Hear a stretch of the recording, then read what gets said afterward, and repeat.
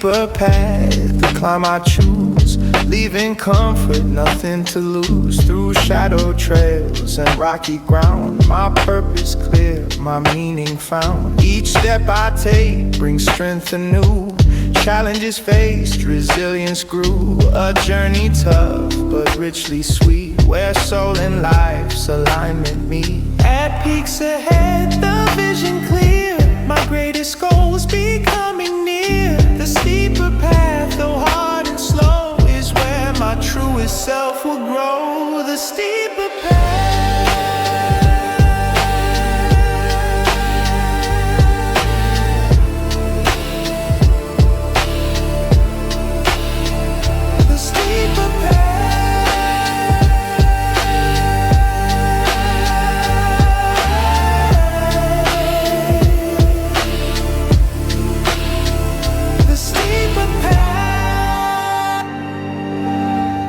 The story you told about your mom being very supportive of you, just experimenting and playing and being outside a lot, that doesn't fit my model of modern Korea when it comes to child raising.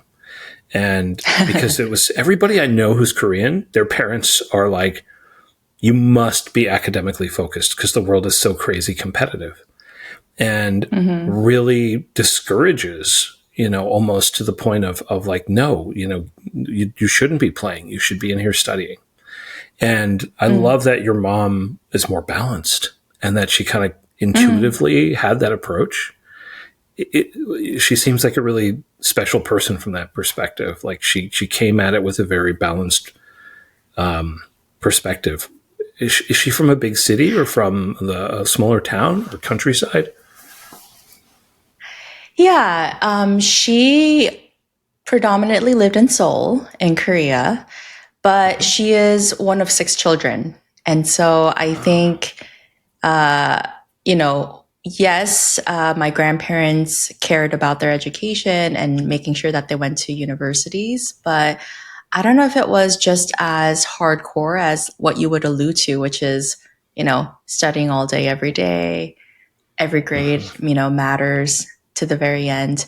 If anything, I think my mom was so relaxed because I was so disciplined myself. I think I somehow ended up wanting to be really good at whatever I do. And so she maybe felt, I don't know, I'm assuming here, but maybe she might have felt like, okay, she already has a lot of pressure on herself anyway. Why would I add to it? But you're right. Academically, she never chastised me for anything. I never felt the pressure academically. I've always wanted to excel in it, but she never did. But the only thing that she was very, very adamant about is being consistent in my violin practices. For some shape or reason, I even asked her, a few years before, and I said, Mom, did you expect me to be a professional violinist? Because she was so adamant about my practices, making sure that I'm disciplined, getting those reps in. And she was like, no, actually, I never expected you to be a violinist. And so I think what that tells me is she cared more about the reps that I put in and the consistency and bringing in that work ethic and making sure that that is just embedded into my system so that anything that I do in life, that I can do it with such rigor. Because I think she also realized that, I have a lot of passion. As a person, I do need to work on follow through at times. And so I think she really noticed that early on in my childhood and just like, well, Jana has a lot of energy. Jana has a lot of passion for things. She'll do it with full gusto. The improvement area that I see in my child is she needs to continue this. She needs to continue this passion and not burn out. So I think that was really smart of her. Yeah, that's a really astute observation from a parent's perspective because, that grit, that learning the muscle of putting in the reps and learning how to stick with something, how to see it through, and how to develop a sense of mastery and muscle memory, that is an incredible skill for success later in life. But the fact that she was able to see it and to separate it from the aspiration of like, you have to do this because you're going to become a pro versus you have to do this because it's good for you. to learn how to see things through, right? That's really cool. So you started playing the violin at, you said 7? Yeah, I don't know exactly what age, probably 6 or 7. I still remember, when we were leaving for the United States, I have a photo of me performing in front of my classmates as a goodbye present. And I don't know how normal that is, but I remember doing that. And then, yeah, financially, we had the means for me to, get private lessons in Korea and making sure that I'm playing with other kids in orchestra formats. I think coming to the United States, definitely the finances were tighter. And so as there's public school free education and music lessons. I don't know if you're aware, but so fourth grade through sixth grade, I still remember being in those classes in my public school, and people are like, "Wow, you're actually at a different level than we are. We're just starting at the age of, I don't know, 10, 11." But yeah, I kind of craved more challenging classes at that time just because I got a head start. And to be fair, and we lived in a neighborhood. So I grew up in Orange County, but not in the most affluent part of Orange County. I think a lot of people associate Orange County with, everyone is rich, everyone is doing well. I lived in a smaller town inland called Garden Grove. And yeah, I would say the public school system is not the best. And when it was time to choose junior high, the local neighborhood one that we would be defaulted to, not the best rep. I think my mom was trying to understand, okay, how do I provide a really good education for my kids, even though I personally can't take them to private school? And so I remember there was like 3 to 4 months where she saved up money for me to take private violin lessons so that I can be prepared to go through the audition of, joining Orange County High School of the Arts. It's called OSHA.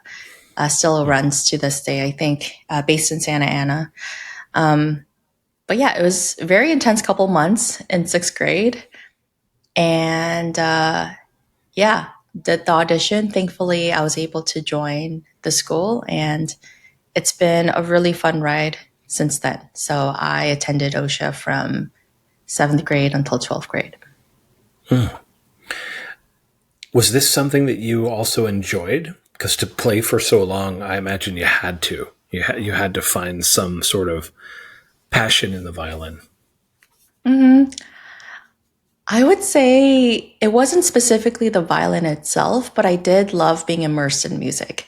I think while I was very shy, I think I was also very sensitive as a child. Maybe I'm sensitive now as well. Just I kind of have that tendency of picking up emotions in others and myself, being more reflective.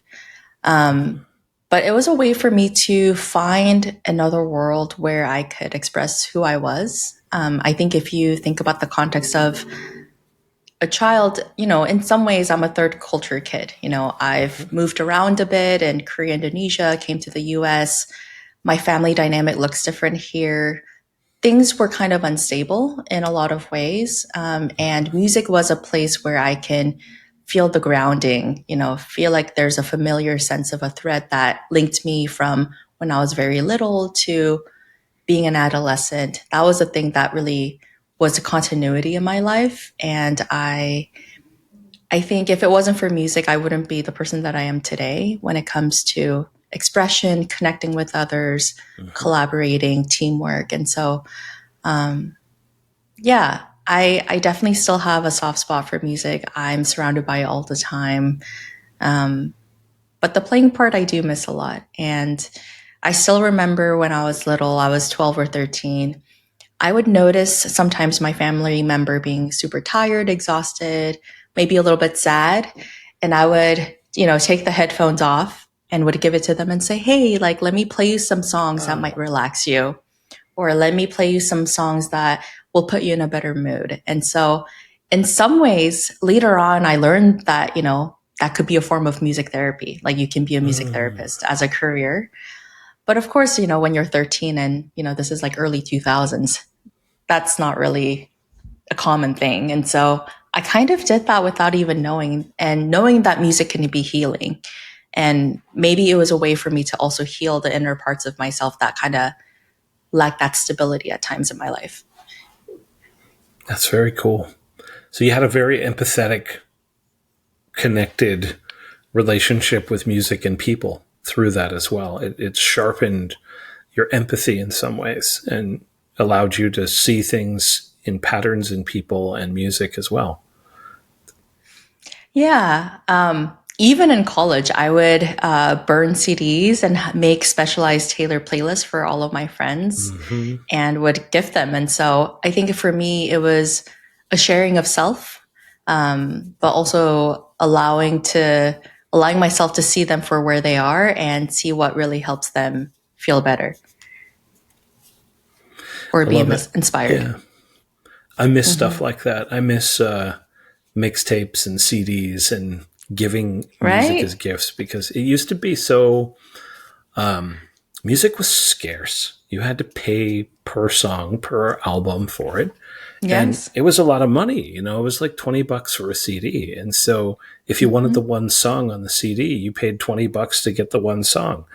And it was Hmm. so fun to be able to make things for other people, like curated collections and mixtapes. And so, yeah, I love that memory that you're sharing for that reason. Cause I used to do it too. And, I'm old enough that, there was a time when we had, the only way to get certain songs was from the radio. And so you would use a tape, like a cassette tape deck, like a double deck, and record one song off of the radio and try to make a new mixtape out of it.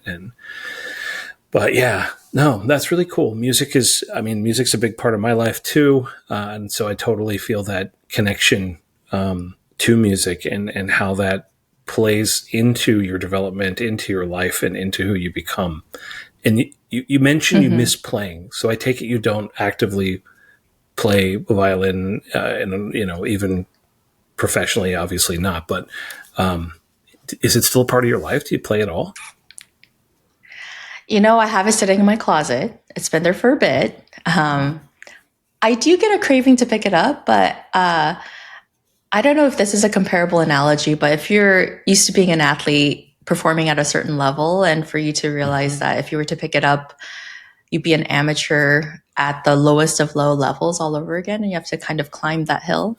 It's Mm-hmm. pretty daunting. It's a little bit, hurtful to your ego too. So I really enjoy going to LA Phil, and when I lived in San Francisco, I would see San Francisco Symphony all the time and their performances. But personally, for me, no. But never say never. Maybe I'll go back to it someday.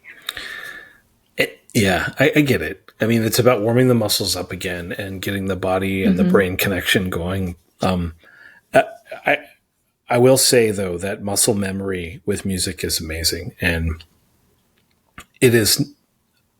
I will put my instruments down and not play them for a while and pick them back up and be like, wow, this all came back within a few reps. So I'd Mm. encourage you to take it out and play around a little bit and just see how far gone those muscles are, because it may surprise you a little bit how strongly burned in your hard drive they are. But anyway, that's great. So music took you through to high school and brought you into to high school, and it sounds like there was never a plan to be a professional musician. So where did your schooling take you? Where did you end up sort of going after the Orange County School of the Arts if you weren't going to be a professional musician? Where'd you land in college, and what did you think you might want to do when you were there?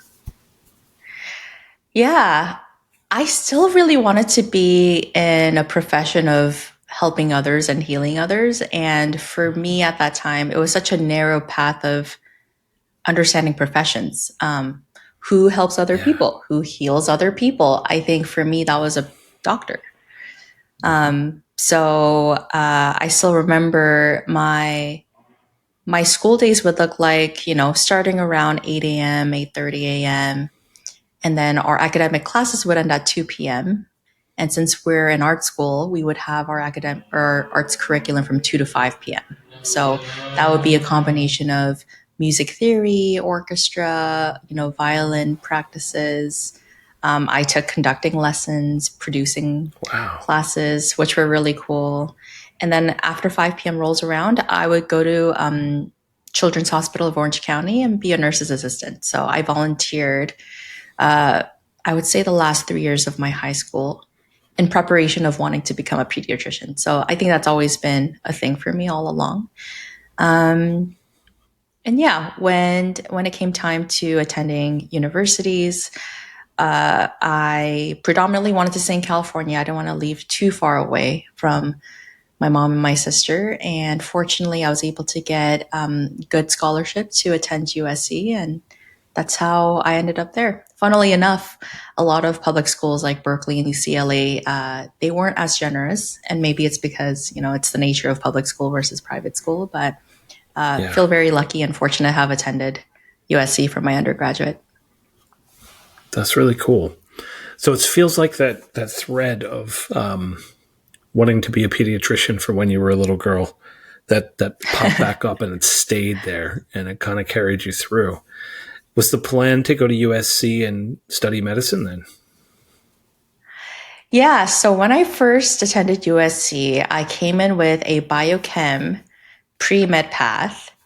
I realized that every semester was already pre-planned for me. There wasn't a lot of wiggle room to take any other classes that I enjoyed, whether that be in the arts, whether that be in other classes. And, I don't know if you consider this kind of the universe had a different path for me, but I remember some of my dorm mates were part of this organization called LACI, Los Angeles Community Impact. And they do pro bono consulting for nonprofits and small businesses that wouldn't have business consulting otherwise as something that they can lean into. And so every semester they would have 3 to 4 students paired up in a project where they would be doing business plans, marketing plans, things that could be really helpful for a lot of businesses locally in Los Angeles that couldn't, afford those types of services otherwise to boost their business.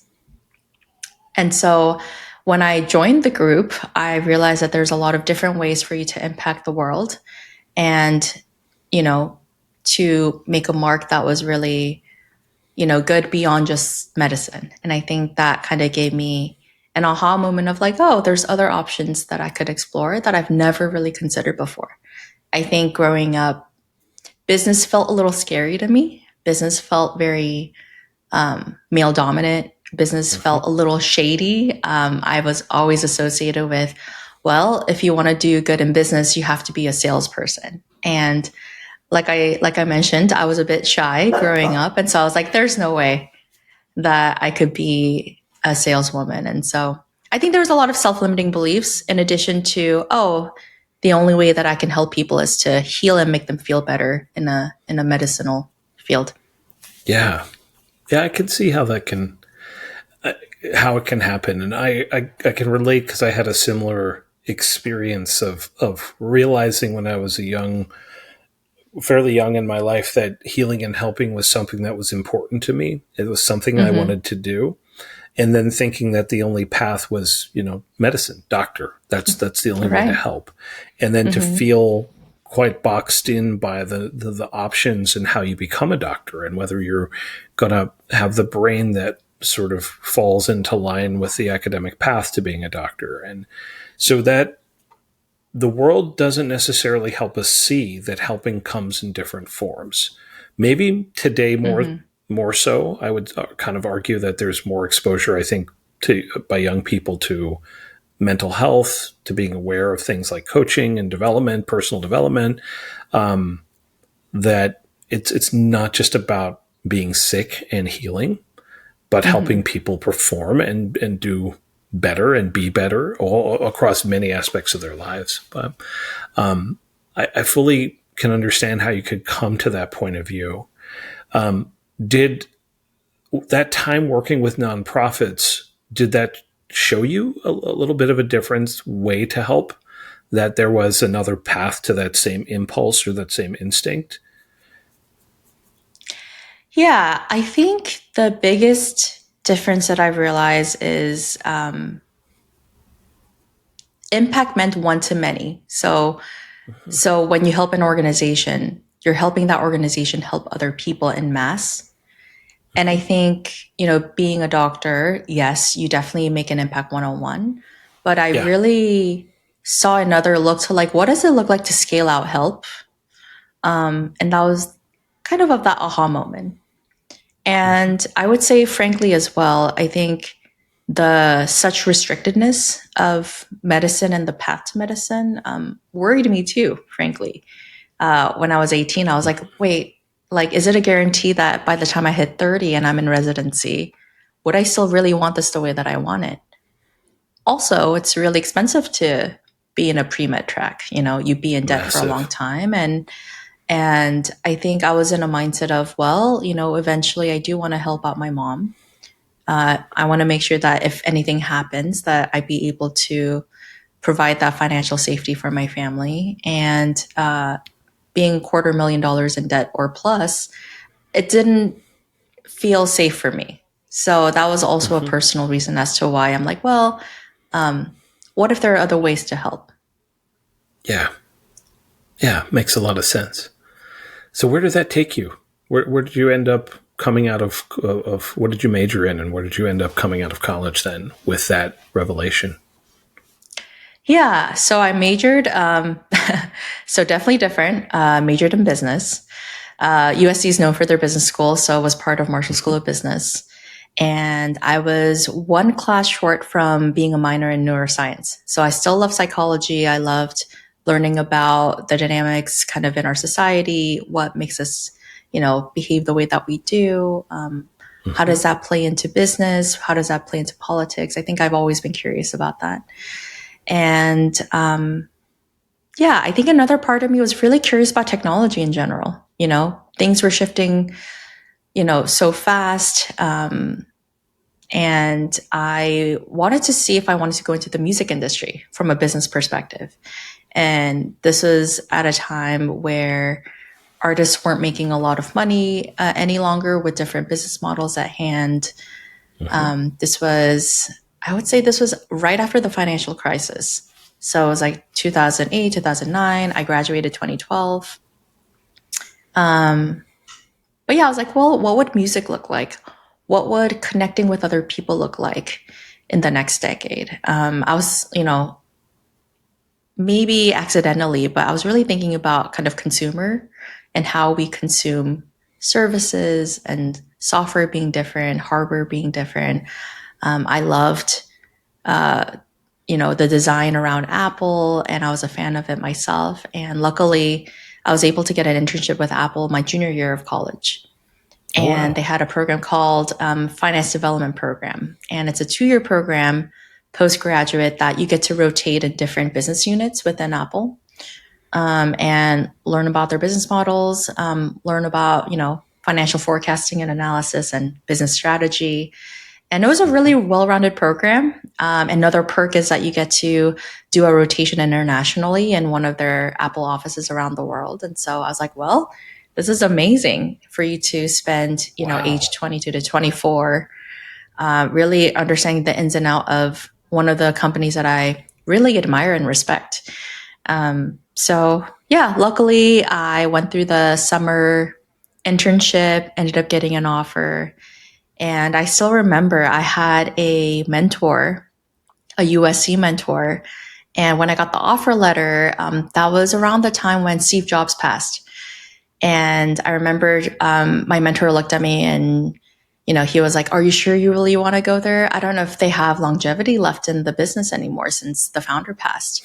And I was like, well, I still feel like I can learn so much. And hopefully, if you build the right business, you have some succession plans and there's ways for this to really embody the ethos of the founder. But maybe even when the founder is gone, you can still cultivate this, you know, this love and the culture and the ethics of someone that, have established it earlier on. And so decided to take it. I don't think my mentor agreed with me, but I have no regrets having that be my Yeah. first job out of college.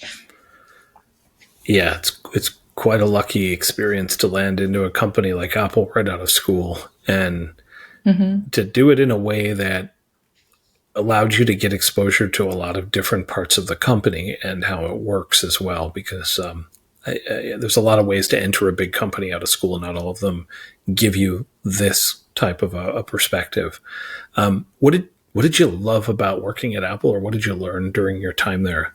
I'm not asking for any trade secrets, of course, but it's such a unique business. It's such a unique, a uniquely run, iconic business that does things its own way. But I'm just curious because I know a lot of people who have spent time there, and everybody takes something different away. Yeah, I think I really value artistry and the care and the attention that Apple puts into everything, even to the way that they design the retail storefronts, to the materials that they use in their supply chain, to how organized and clean it is, even in the way that you open up your laptop and you get to see the beauty even within. And even when it's not external facing, you care about what's inside. And I think that's the biggest takeaway that I've really learned from Apple, which is whatever you do, do it with care, do it with intentionality, do it with focus on details. I think I think in Silicon Valley, there's also, a celebration of break things, move fast, break things ethos. I think for Apple, it was very much like, we're never going to be the first movers in any of the businesses, but when we come in, it's going to be well done. And I really take that to this day in whatever I do. And the work ethic, I've learned so much from all the people that I've worked with at Apple. And I would say to this day, the hardest workers and the employees and the colleagues that I've worked with have been from Apple, and the attention to detail, to the point where, I remember helping prepare for earnings calls, and every period in the sentence matters, every grammar, every spelling mistake, of course, you're working with numbers as well, so you want to be accurate in everything. But I think that was pretty pervasive in whatever department you were in. Doesn't matter if you were in finance, doesn't matter if you were in engineering, design.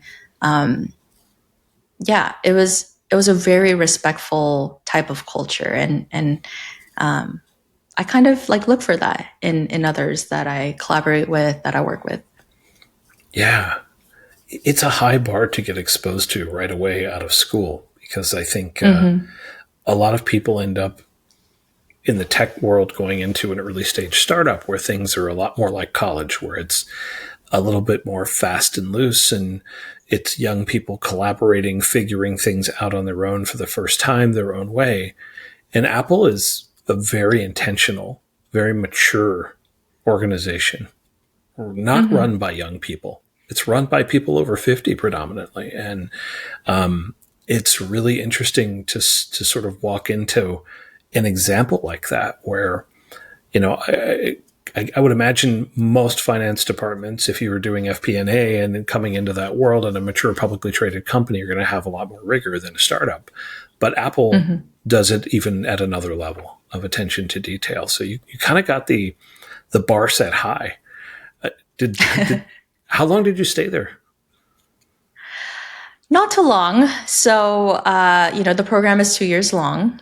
And the hope is that you find a department that you love, and you join it for a longer period of time after the fact. The last project that I worked on was pre-Apple Pay. So, it was a rotation for the first time that I got to work on a pre-launch product that didn't exist outside. And my department was responsible for thinking about the adoption rate. So how do you forecast a 3-year to a 5-year adoption rate of the POS, the retail storefronts that would adopt the right machines to make sure that Apple Pay works?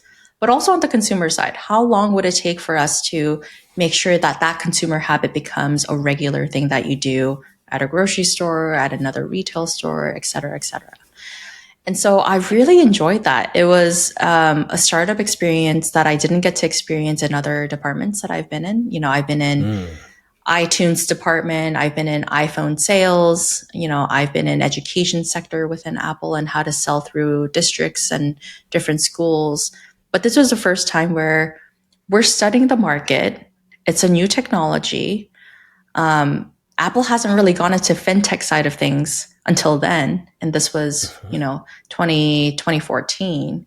So it was really exciting. People didn't know what was going to happen, but you try to predict to the best of your abilities and also think about it from an international perspective. What would the adoption look like in EMEA versus in America versus in APAC? And how do you roll this out?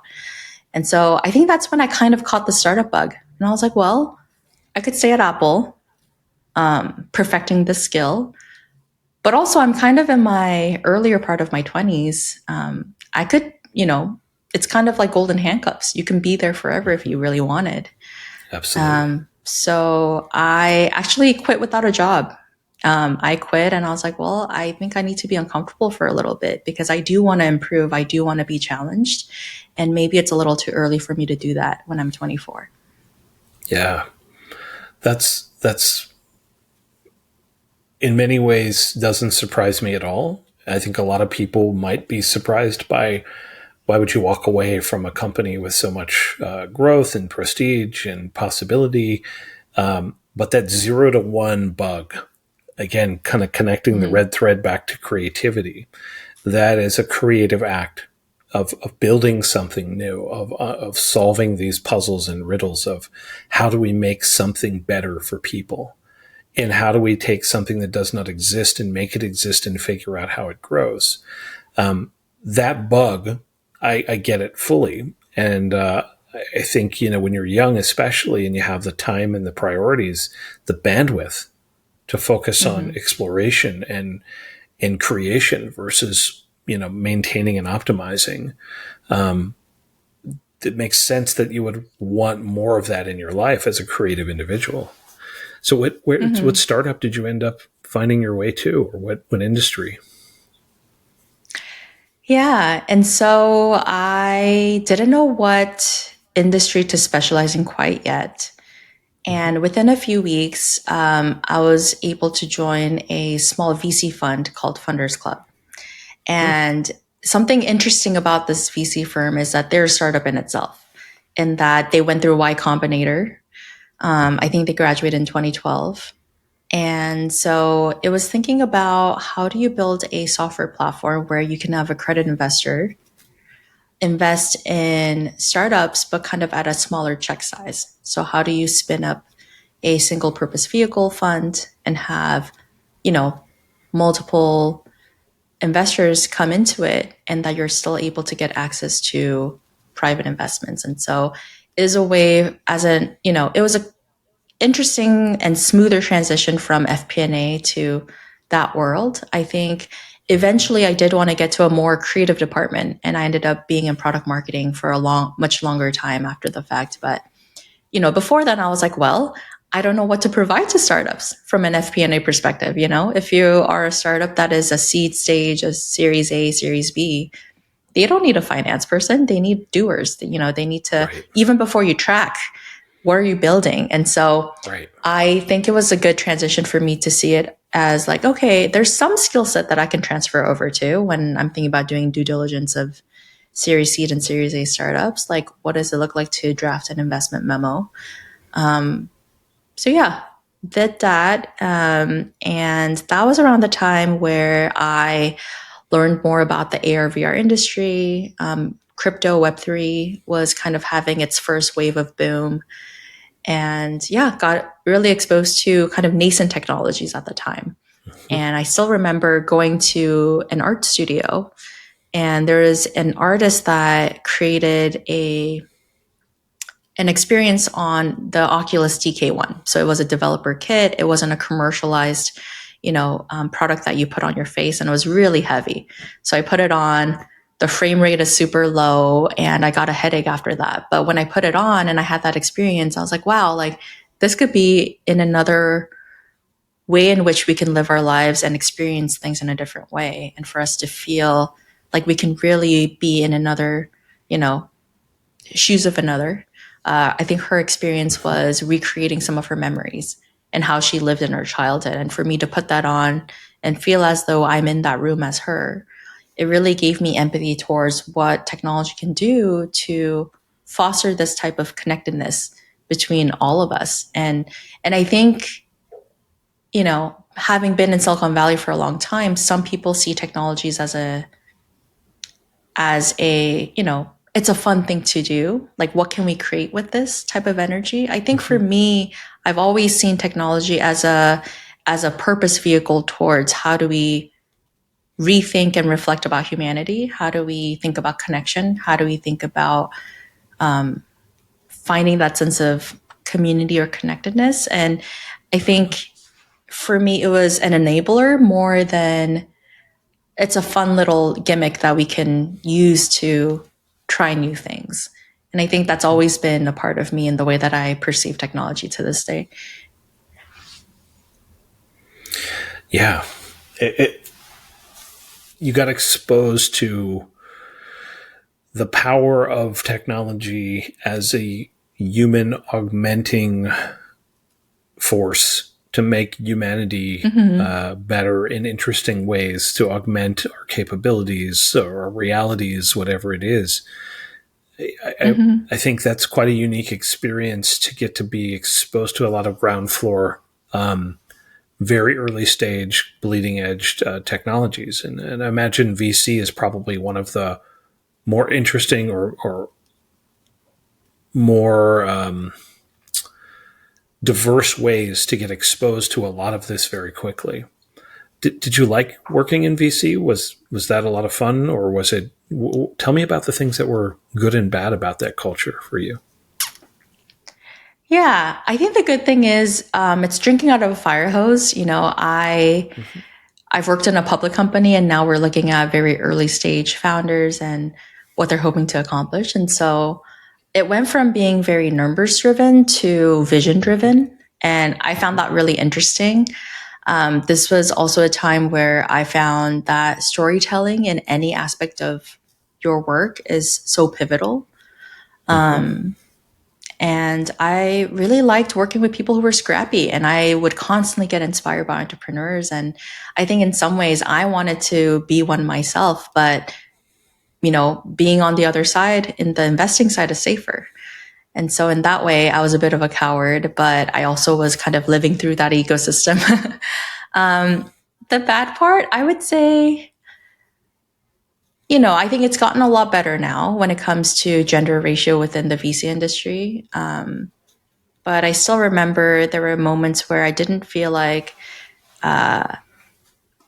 there were moments where it gave me pause. So an example could be, we had a founder coming in to pitch for, a seed investment, and I would open the door, and, when I would say, hey, like, how's it going?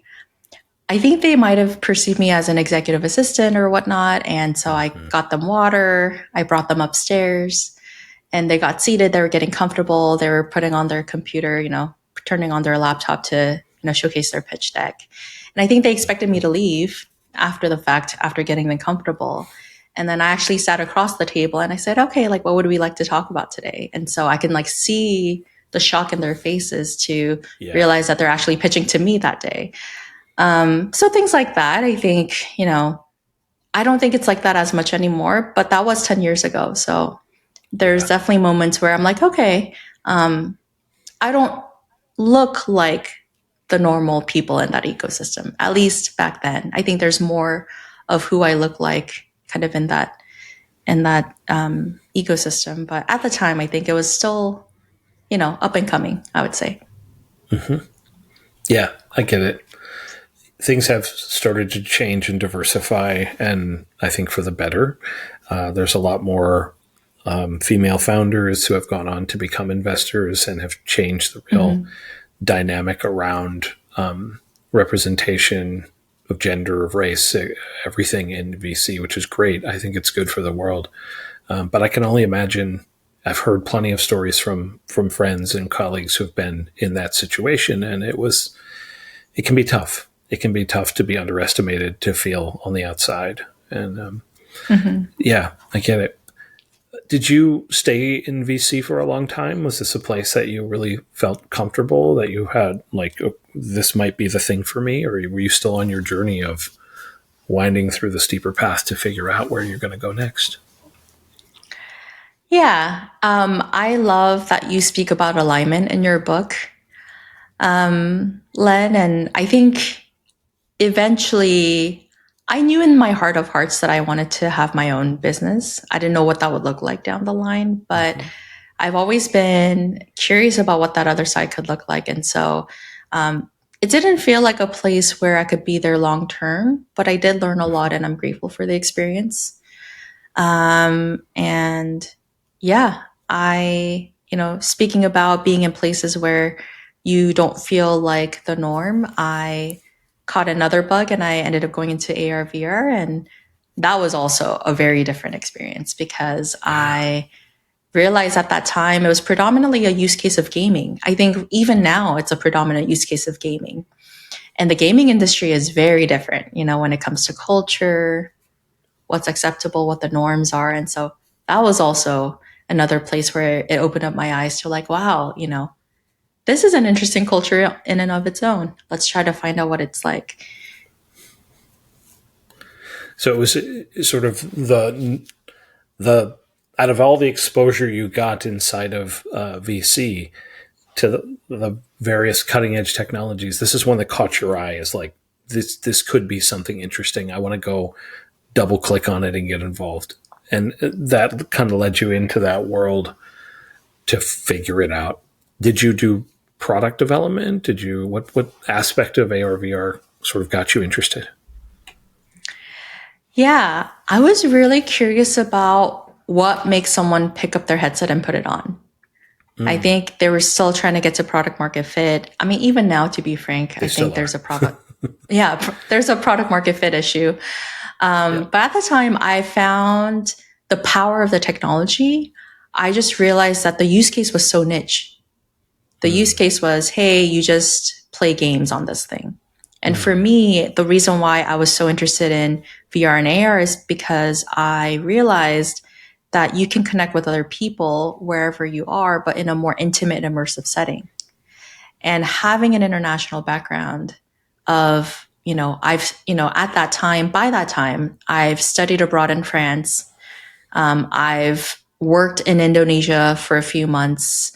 I've also worked in Japan for a few months. So I've really had this kind of global outlook of looking at friendships and communities that I was in. And,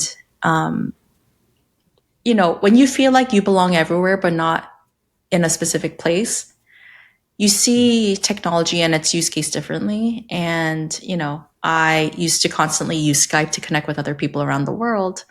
And this was another use case in which maybe there's a world where we can traverse different digital worlds together, have common experiences like concert going experiences, but in the comforts of our home and not necessarily having to fly across the world just to meet them in person. And so I think that use case was really fascinating to me, which is how do you have social experiences with the people you care about, but also if you want to meet other strangers from around the world.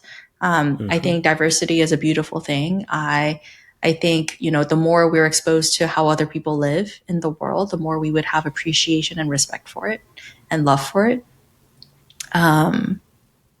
So I think from that point, I was looking at it from okay, what will this do when it comes to social experiences? What will this do when it comes to consumer experiences, education as well? If you are differently abled and maybe you might not be able to climb, I don't know, different places. Maybe you can't, traverse within Machu Picchu area.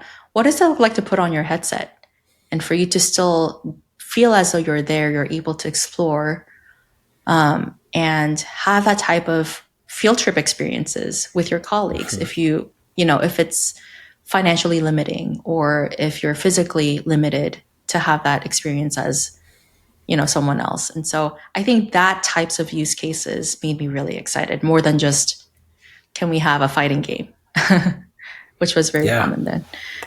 I get it.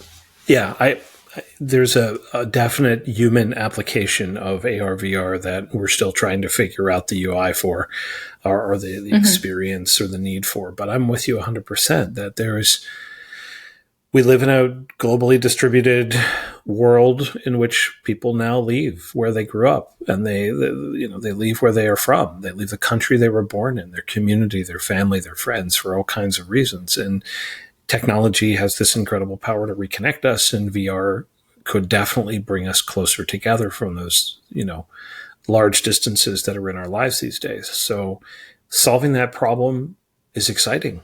I would want to work on it too, if I were you. Yeah.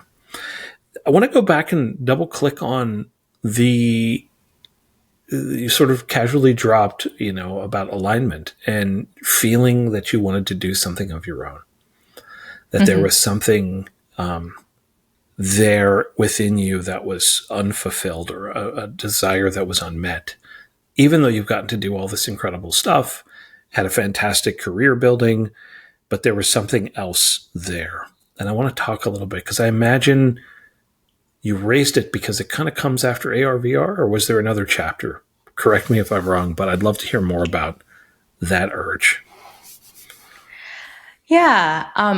Even when I was little, I would make, pretend play all the time. And so I remember I would just lead a group of like my friends, after school, and I would say, okay, today we're going to put on a talent show, and we're going to be presenting in front of the talent agency. And so we have to come up with this dance choreography. Or there would be another time where I would say, okay, well, we are in a bakery business, and like we should figure out like what kind of things that make us like stand out. And we would be making it with sand, So it was just a really, like, I think I've always had that creative and inventiveness in me. I just didn't know what it was. I didn't know how to label it.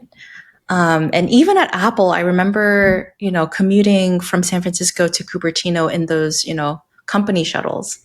Yeah. And it would take 3 hours round trip. And sometimes instead of working, I would get my Excel sheet out and just start listing out all the different things that I would have created if I were to have my own business. So it would range from having a professional services marketplace. And what would that look like? It's like the Airbnb of, if you were to hire like musicians, what would that look like? I remember, I was like, you know what? It's super inefficient in airplanes to have those cups that wouldn't stack well. And so what would you do? How can we redesign collapsible cups? And so I've always just been really curious about, okay, well, the world is the way that it is today, but how can we make it better? How can we look at it from a different lens? And that's always been within me. But I also had a lot of self-doubt and self-limiting beliefs, hey, you're still just starting your career. Like, what do you know? Maybe it's better to learn from the best of the best. Also, you're not financially secure at this time. Maybe you should have that ready to go to feel more safe. There's always excuses as to why I would prolong it. But I've always had the itch, I think. Yeah, I get that combination of desire to build something of your own, and the sandwich of those limiting beliefs being something that are in constant tension with each other. I've experienced it. A lot of people I've worked with have experienced it, and it's a thing. I'm not going to deny it. It's a real thing. There are certain sort of baseline needs we have to meet to be able to be ready to go build something on our own. And so it's a process of working through that. How did you work through it, or how have you been working through it? Maybe you're still on the journey. I think I am. I do think in Maslow's hierarchy of needs, you do need a sense of foundation. And so in some ways, I found a little bit of that in myself, which I'm grateful for.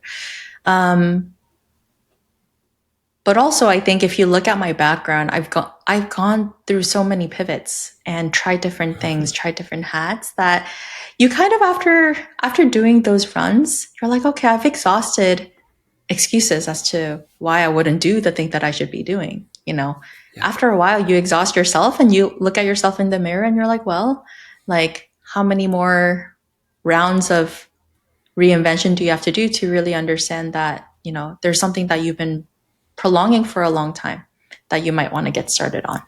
Um, so I think that to me was kind of a catapulting reason. And also, I think I got to a place where I feel like I've seen different workplaces, different colleagues, different leadership to know that at the end of the day, the hardest problems to solve are human problems, people problems, more than anything else, even in tech companies. And I think when I saw that, and I had a passion for it and a curiosity for it, and like a deep hunger for understanding what makes us more fulfilled and successful in our own way.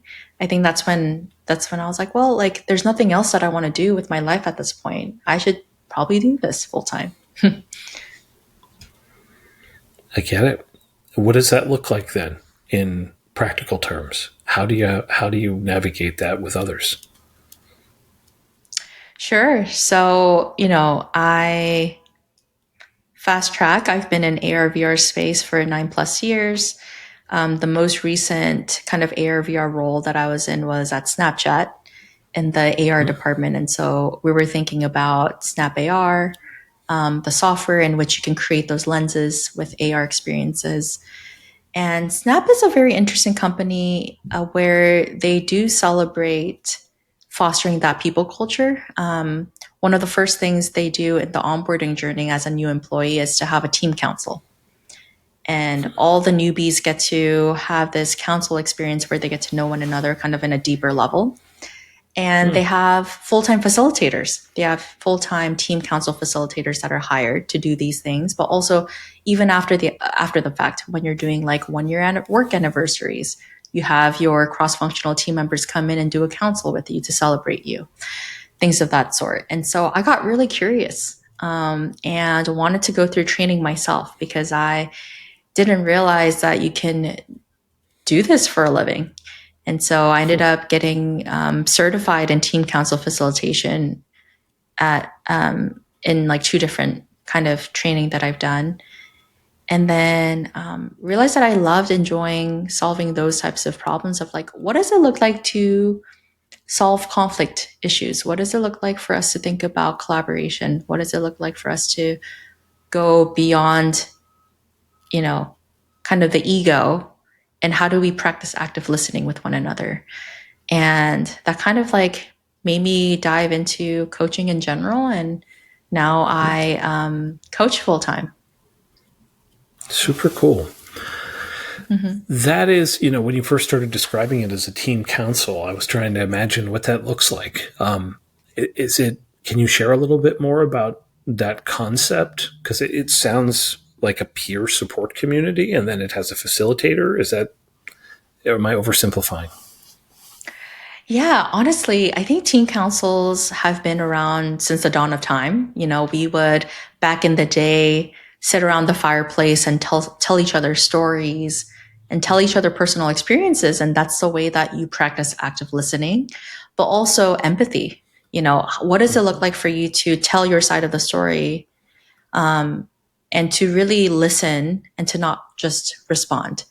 And for us, that meant kind of creating this non-hierarchical framework. And so everyone would kind of sit in a circular place so that it felt more democratic. No one was above or below. Everyone kind of had a seat at the table in a way, metaphorically and physically. And people would go around and we would have a prompt. So it was kind of an open-ended prompt where maybe it could be like, hey, we're in the season of winter.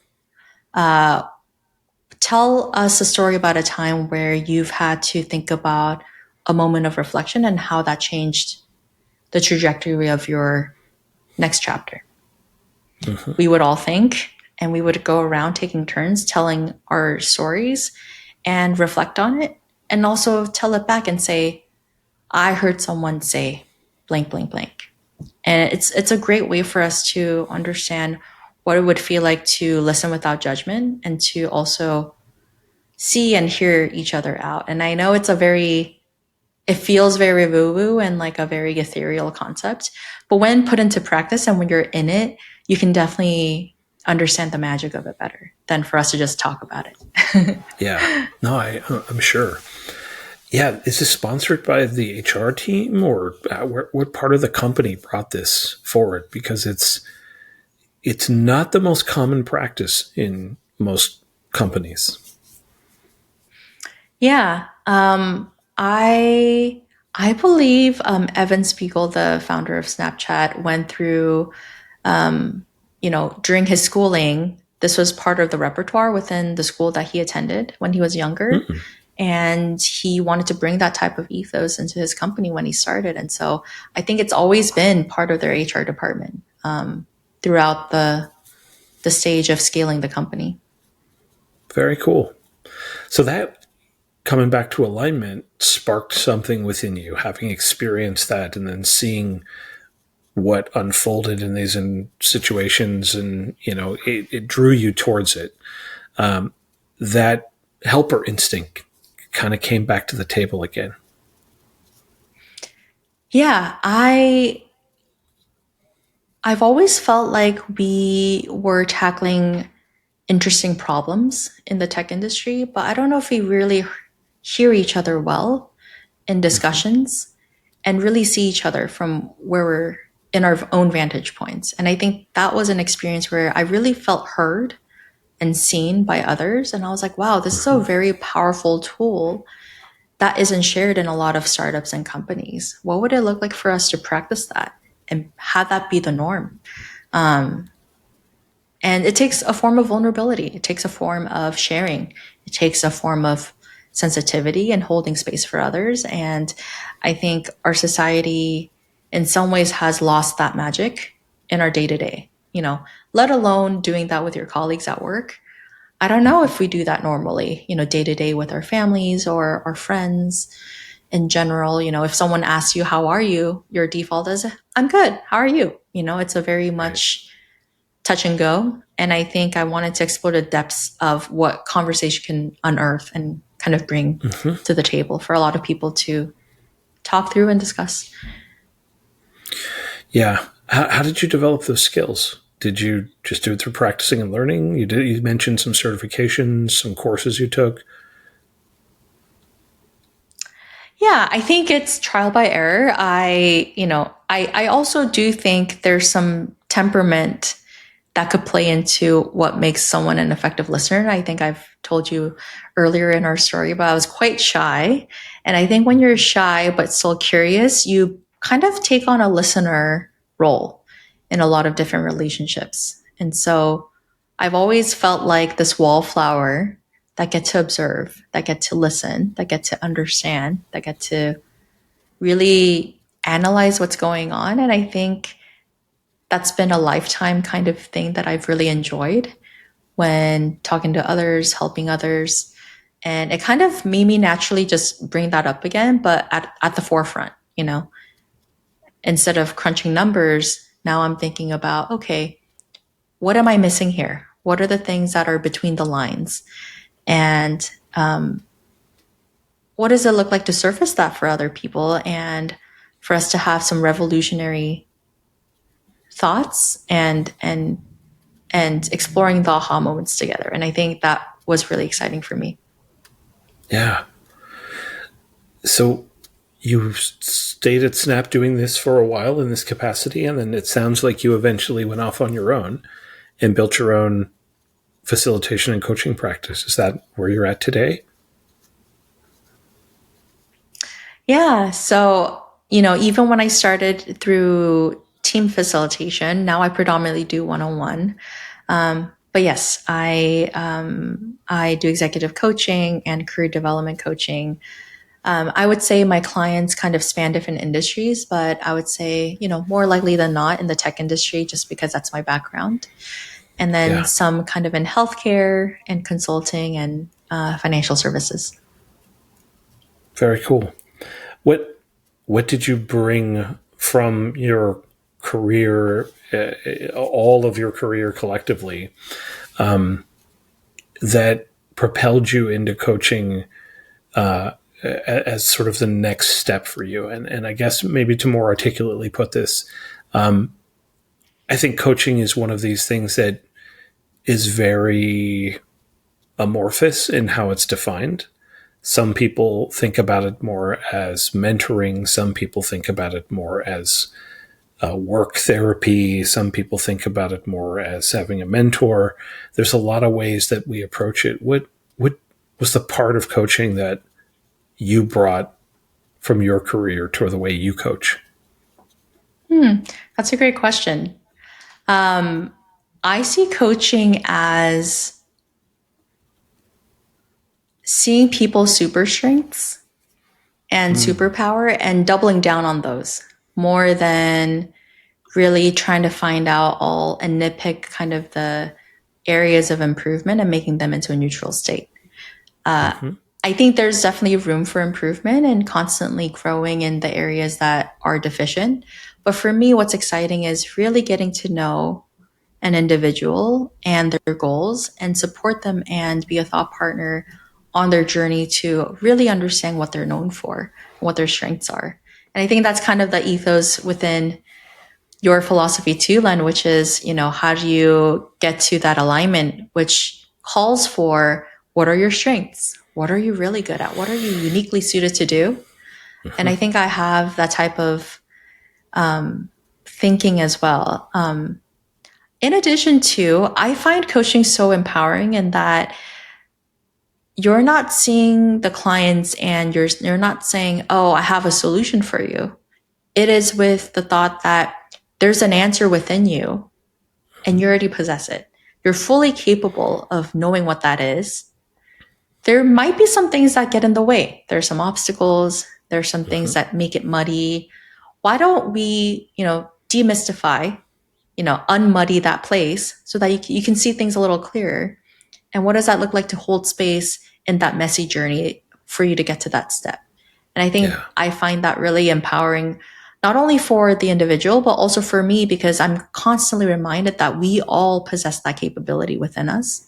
And it just takes a bit of practice and support to get us there. And that's a wonderful concept to know that you're able to do that yourself, but it's through collaboration that we get to really expand to our fullest. And I find that beautiful. That's a really powerful way of looking at what people do as coaches. And the fact that you're able to hold that so forward in the way your philosophy and your approach works, I think can only benefit others in the world. Everybody needs more and more of this sort of perspective in their life, as far as I'm concerned. But I'm a little bit biased being a fellow coach.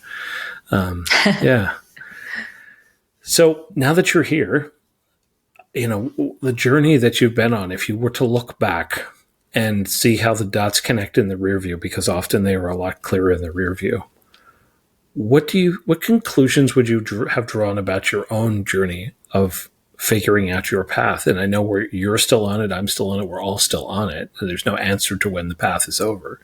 But when you look back and you see the dots connecting or the major forks in the road, one of the things we end up doing as coaches is observing others and stepping back and seeing where patterns and sort of things intersect and connect and helping others see that. Have you ever done that exercise for yourself? If you were to look back at your own path, where it's gone, how it connected in interesting and unique ways, and how it might continue to evolve going forward.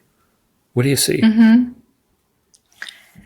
Yeah, I see a younger version of me that has gone through a lot of changes, maybe not of my own accord, right? I've had to move different countries. I've had to be in different spaces that didn't make me feel like I was the norm or like kind of that mainstream.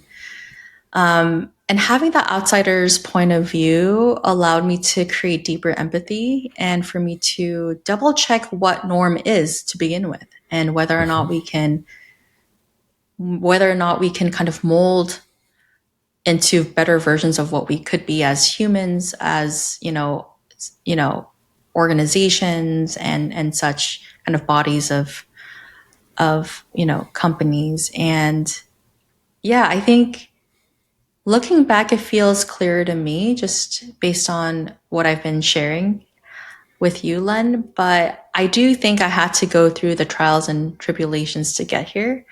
Yes. To fortify that. I think sometimes it takes more than just, okay, I'm going to dust myself and try this out. Sometimes it takes, blood, sweat, and tears to know that, like, wow, like that was not in alignment with who I was. Now I know what not to seek. Let me try this. Okay, that's not it either. And I think the biggest miss that I see with people who can't get to faster alignment is giving themselves the grace to be experimental and to not be afraid of the unknown. And thankfully for me, I had to be flexible by default, even when I was, younger. And I think that really helped me understand that nothing is permanent. There's a sense of impermanence that I constantly feel. And I just embrace it in a lot of ways. And I think that allows me to just know that, there are things that'll work out and there are things that I won't. And there's a better understanding of things that I can control and the things that I can't control. And the less I focused on the external validation, the external cues, the things that I couldn't control, and really thought about what can I do at this moment in time? And that's the only thing that I can control. The more liberated I felt and the more I was able to express myself better. And I would hope to kind of, I don't know, I would hope that, that becomes more of a norm in other people's lives too, to give themselves a chance to make mistakes, but also learn from them. And it'll get you closer to where you need to be. What a gift. What a gift. Yeah.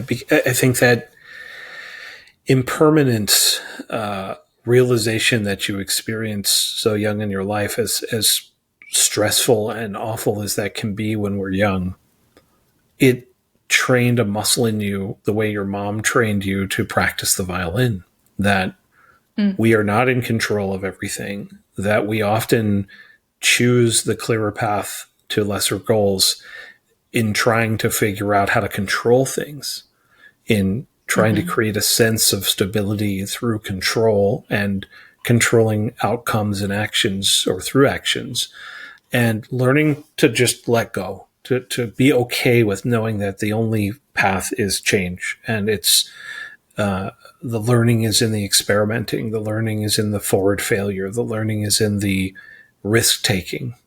And there is no formula for where we end up on the other side of this path, where we are happiest and healthiest and living our best lives. That is why I call it the steeper path to greater goals, because it's hard and it's unpredictable and awful. And it feels like you've walked it and continue to walk it. Yeah. When it starts getting too comfortable, that's when I actually question it. Yep. And that's when we all should.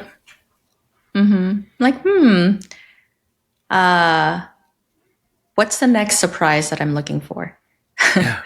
Yeah, exactly.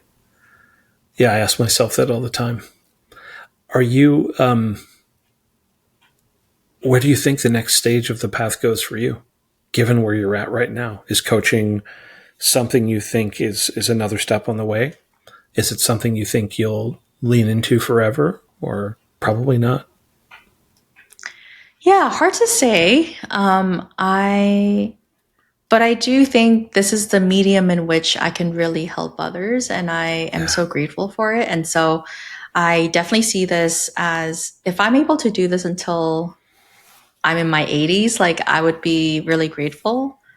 But I also know that I'm a multi-passionate being, and there's different ways that I can support others, but also express myself. And so I don't know what that really entails, but I'm excited to explore that side too. Yeah. I'm a big believer that once we attain a reasonable sense of self-knowledge and we're able to see our true nature, our gifts, our strengths, our abilities, our temperament, and to accept it, to be able to look at ourselves and go, okay, this is who I am. I've tried to repackage myself and shape it and influence it in different ways. And I always come back to this place that looks a lot more like this. And once we're able to see that, that is the beginning of this form of self-knowledge that it it doesn't have to leave us. So we can change the title of our job. We can repackage ourselves as whatever. But that nature of being, in your case, creative, helpful, compassionate, empathetic, thoughtful, listening, caring, all these things that have sort of made you great at what you're doing today, they're a vocation. They're a part of you. They're a way of being in the world. They're not a job title. And I think, like you were saying, you could repackage it a million different ways, but you'll probably always be Janet Lee, which is the person you've become today, right? The job title is irrelevant, but the person comes with it, no matter what the job title is. Sure. Yeah, I definitely see that. Yeah. Does that resonate for you too, Len? Oh yeah, 100%. It's once you accept and learn to realize like this is my way of being in the world, and this is what I come with as a package. It's just sort of like, okay, I can reapply this. I can do this to no matter where I show up. And just like you, I don't know what the future may hold in terms of permutations of what my job title is or how my business looks or whatever. But I know the same core set of skills, attributes, and abilities will power me forward. And I lean into those, right? I'm no longer afraid of them. And I think that's where our greatest, success starts to kick in, is when we're just able to lean into our strengths this way Yeah. and be excited about it. 100%. I think that reminds me, I think some part of me has always had this feeling of, let me prove you wrong. Right. I love challenges, right? So I did things to prove people wrong, that I could do these things. And now I'm in a different mindset of, let me show you who I am.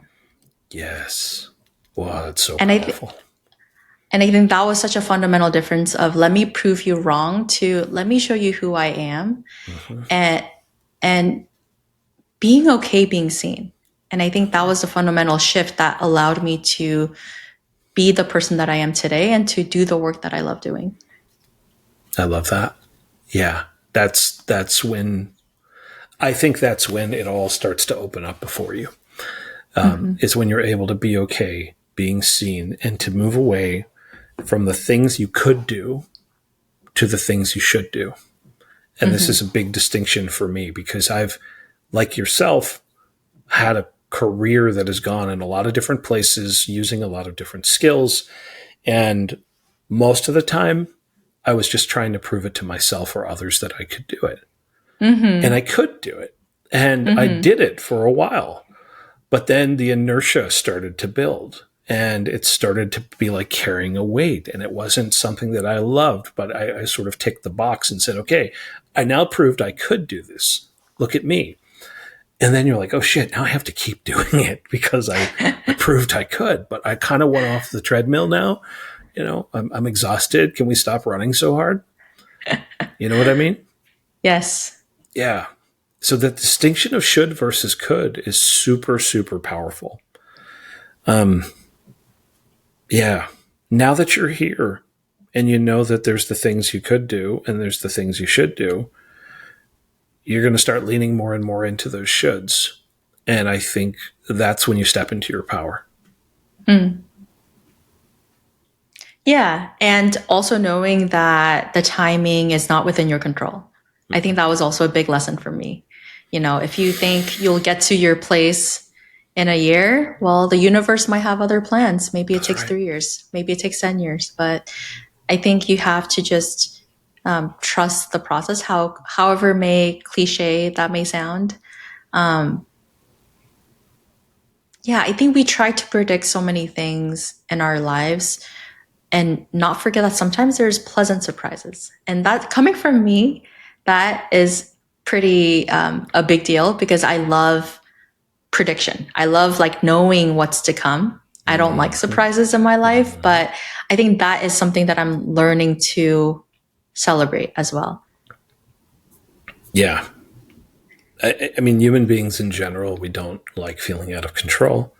We don't like we don't like change, right? Change is bad for survival, right? All living beings need to survive. And so the more predictable everything can be, the more it feels like we have safety. But then there's this constant duality of safety versus stagnation. And when we Yes. become safe, then we also become stagnant sometimes. And when we become stagnant, we stop growing, and then everything starts to atrophy back the other way. And so it's this constant balance of duality of taking action and letting go, of holding something as an outcome that you want to see, but realizing you can't actually control when that outcome comes about, and being comfortable with that. Just like, well, I'm doing this podcast with you right now. Is there a grand business plan for how this is going to benefit me one day? No. It's just doing it because I love talking to people with interesting stories. Will it pay off? Don't know. Will it be interesting to somebody? I hope so. I hope it helps somebody. I hope somebody listens to this conversation and sees themselves in you and goes, yeah, okay, I learned something. I can keep going. But if we don't do these things, then nothing happens. There is no chance of a different outcome. Yeah. And I think I really do believe, Len, that when you do things with intention and care for others, there's no way you lose. In the long run, there's no way that you can lose in any shape or form because you're doing with the love and the care of others. And it's a very, while it may look like a selfish thing, it's a very selfless thing at the end of the day. And yes, you're creating your own brand, you're creating your podcast, but it is to serve others and to inspire others. And I think there's no losing in that. No. Yeah. I mean, for me, this is purely an act of wanting to give people examples to look to of other paths and other people, because we only celebrate in the mass media and in the culture in general the extreme example outliers, right? The millionaires, the billionaires, the people who won the game, the people who, were the star everything, the star athlete, the star player, the star whatever, the star business person. It's always the extremes. And most of us are not able to live in that world. We don't have that possibility because it's just such a small number of people who are the winner. But that doesn't mean life isn't worth living, or careers aren't worth building, or passions aren't worth following. And so the more stories that we can present of lives well lived, done a different way, I think it gives people a chance to actually feel like that could be me. Like it's okay not to be the winner. It's okay to be great at who I am and what I care about personally. Yeah. And tailoring what winning means to you, I mean, that is empowerment. Yes. How do you go from a standard winning, whatever that is? I don't even know, actually, frankly, what that is. Yeah, it's. I'm more convinced than ever that it's very unique to ourselves, and that when we look to other people for that definition, because I can't tell you, maybe you have the same stories, but I know a lot of people who are worth a lot of money, who are very unhappy, and have won, and they kind of come back to me at some point and go, "Okay, I got what I wanted. Why doesn't it feel good?" And it's like, have you ever thought whether that thing mattered to you or not? Or did it just matter to everybody else? Right? Did it actually matter to you to win on these terms? Or did it matter to everybody else? And that's usually where the root of the sadness lies, is that no, it didn't. It was an external definition that was given to them. And they achieved, and then still didn't feel a sense of accomplishment. And it's just very personal. It wasn't to their definition. Sure. Yeah. Sounds like a high-class problem, and it is, but it's also still a very real problem. Yeah. Thank you so much for taking the time to share your story with me and for helping others see that there is another path, that, no matter where you start off, no matter where you come from, no matter what your background is, no matter what obstacles you've been through, paying attention to the signs along the way of who you are and listening to those voices and looking for those cues at those intersections can lead you to some amazing places. And I'm more confident than ever that you're just beginning to unfold in that journey. So thank you for sharing that story with me. Of course. Thank you so much for having me, Lenn. And yeah, it was really fun to go down the memory lane with you. Yeah. No, I think there's wisdom in memories. One last question for you. Sure. What have you changed your mind about when it comes to life and success from when you were younger, when you started on this journey in your 20s? Ooh, great question. I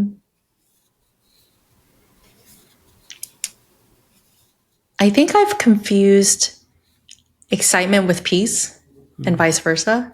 I think I was very much, I wanted my life to be always exciting, which meant constant achievements, constant accolades. The highs have to be high. It has to be fireworks. But I think the older I get, the more I realize that alignment equals peace, and peace comes with profound knowledge that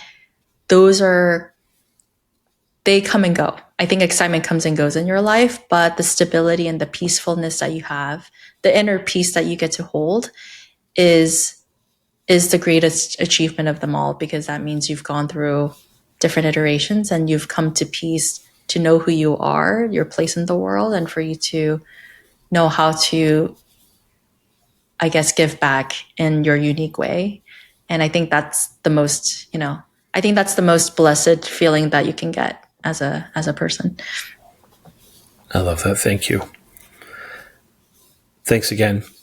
Appreciate you telling your story today and sharing that little bit of wisdom with us. Thank you.